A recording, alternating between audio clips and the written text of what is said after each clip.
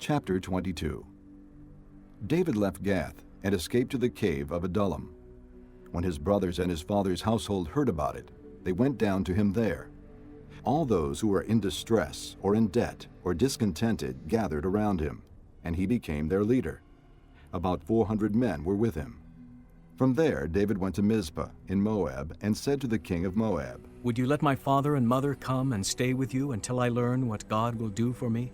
So he left them with the king of Moab, and they stayed with him as long as David was in the stronghold. But the prophet Gad said to David, "Do not stay in the stronghold. Go into the land of Judah." So David left and went to the forest of Hereth. Now Saul heard that David and his men had been discovered, and Saul, spear in hand, was seated under the tamarisk tree on the hill at Gibeah, with all his officials standing around him. Saul said to them, "Listen, men of Benjamin. Will the son of Jesse give all of you fields and vineyards? Will he make all of you commanders of thousands and commanders of hundreds? Is that why you have all conspired against me? No one tells me when my son makes a covenant with the son of Jesse. None of you is concerned about me, or tells me that my son has incited my servant to lie in wait for me, as he does today." But Doeg, the Edomite, who was standing with Saul's officials, said, "I saw the son of Jesse come to Ahimelech, son of Ahitub, at Nob. Ahimelech inquired of the Lord for him. He also gave him provisions, and the sword of Goliath, the Philistine."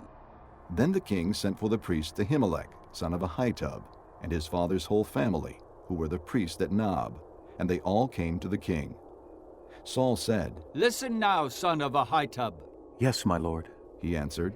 Saul said to him, "Why have you conspired against me? You and the son of Jesse, giving him bread and a sword, and inquiring of God for him, so that he has rebelled against me, and lies in wait for me, as he does today."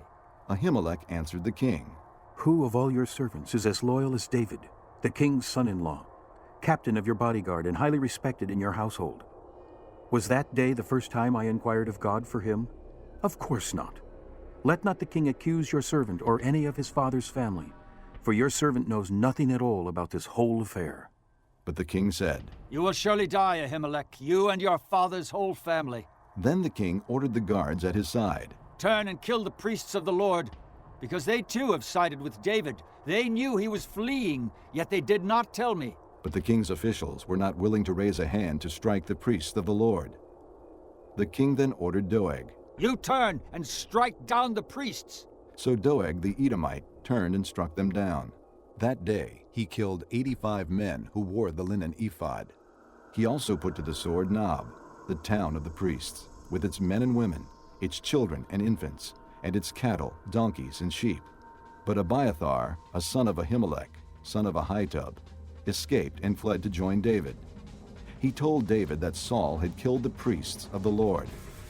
Then David said to Abiathar, That day, when Doeg the Edomite was there, I knew he would be sure to tell Saul, I am responsible for the death of your father's whole family.